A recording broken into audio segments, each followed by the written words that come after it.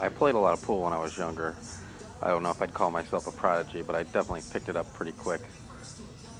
If you're around St. Louis back in the 90s and you played pool, then most likely at some point you would have came across me. I actually played in the junior 8-ball nationals. Didn't do so well, but 9-ball was the game I liked the most.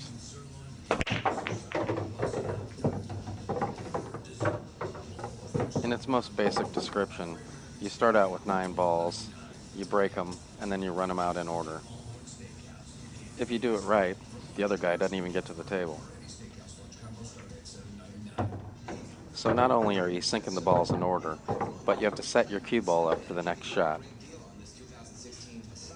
I've always been fascinated with geometry, whether it's mowing my grass, my artwork, or playing pool. I see geometric shapes in just about everything.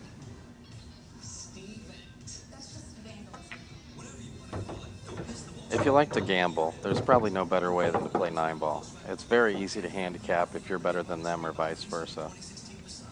I did a lot of gambling in my teenage years. I spent a lot of my time at pool halls and I even traveled around the country. That's not something I'm so much proud of, but I did learn a lot about people during that time. Not to say there isn't any good that came out of it. I feel like there was a lot of stuff I learned throughout this point in my life. Gambling at anything, but especially 9-ball, you really need to have a sense of what the other person is thinking. I've been in some pretty sketchy situations, and it's always nice to know how far you can push somebody or what they're doing to push you.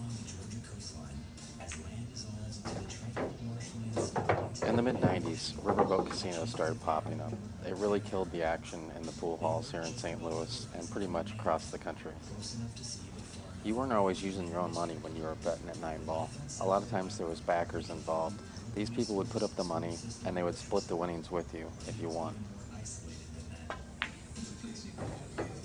Once the riverboat casinos opened up, these backers spent most of their time on the casinos.